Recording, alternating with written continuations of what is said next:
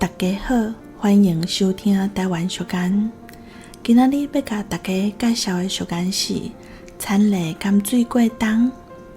生活在水田的田螺，伫寒人天气较干燥，伊无物件通食，就甘一喙水装入去土里。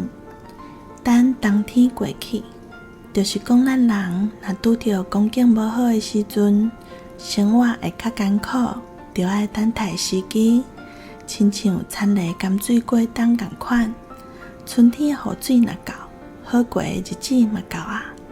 可比讲，即马疫情的关系，大家拢恬伫厝内，无出去趁食。